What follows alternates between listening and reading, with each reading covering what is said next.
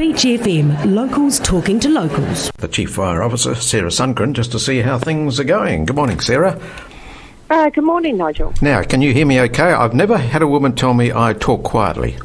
I can now. Oh, good. That's fine. That's fine. Sarah, listen, I did hear the fire brigade sirens going quite a bit last week. Does that cause you a fair bit of strife when you're in this fire situation, or are you well garbed to face any situation?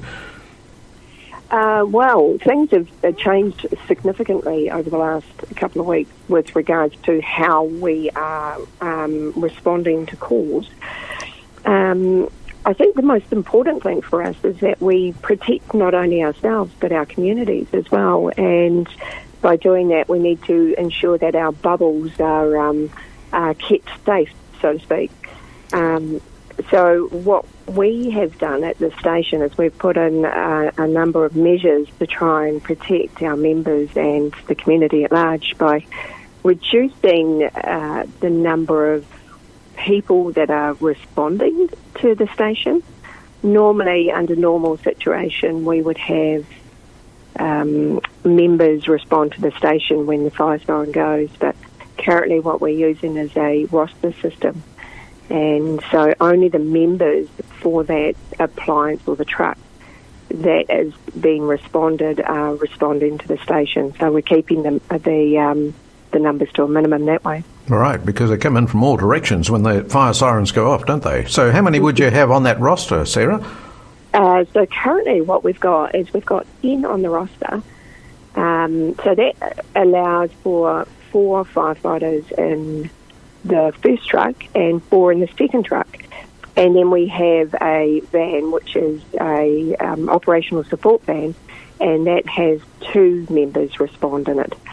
So currently at the moment what we're doing is if it's only one truck call, it's only those 4 members that are responding. Okay. And the others are staying home. Sure.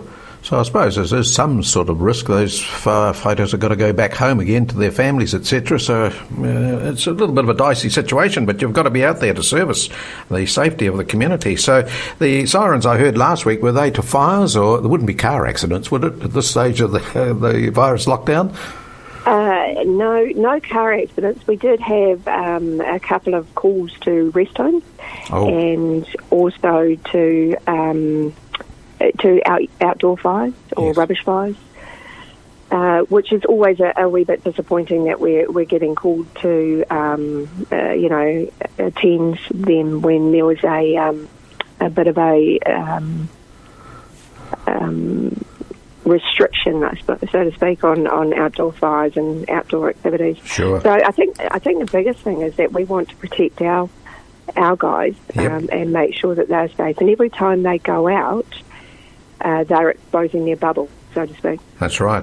And of course, going to rest homes would be a big concern for you as well, because rest homes are fairly strict in retirement villages about not letting that virus get into their facility. So I suppose that's an extra demand on you, is there?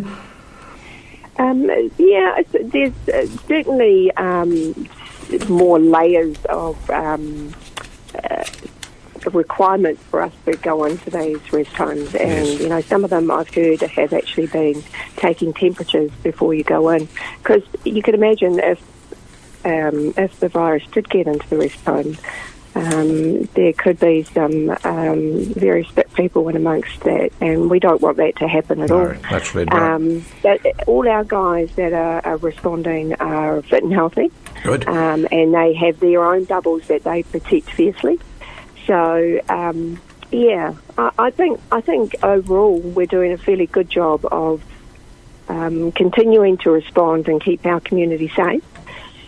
You just like people not to light their fires.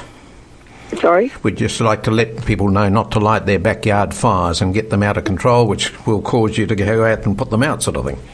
Yeah. Or, if it doesn't need to be lit at the moment, maybe hold off. Yeah.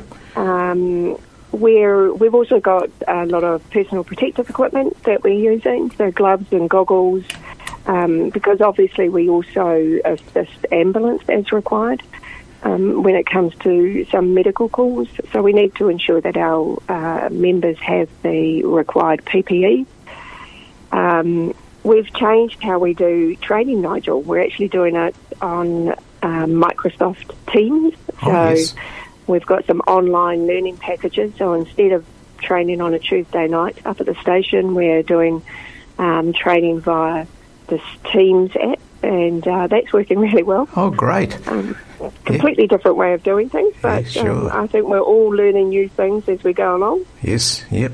We are indeed. And of course, you are a paramedic at the same time, so you've got two hats you're wearing, and I suppose that's another situation that requires a lot of care and attention.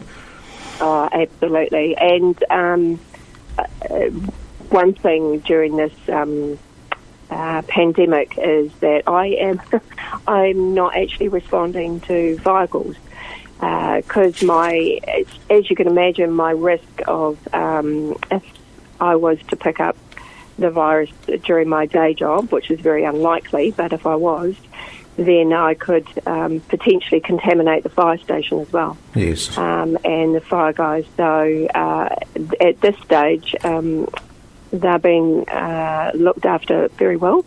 And our senior station officer, Guy Simpson, has got things controlled on station, and along with the station officers there. And, the members are doing a great job. But I'm avoiding the place at the moment, so just doing some stuff in the background. Good on you, Sarah. We really appreciate your volunteer fire brigade up there and your paramedics, and keep up the good work, and let's hope you're not called out too often. Thanks for your time this morning. No worries, Nigel. Thank you, and take care. Will do. Sarah Sundgren, the Chief Fire Officer for the Waikanae Volunteer Fire Brigade. 106.3 Beach FM.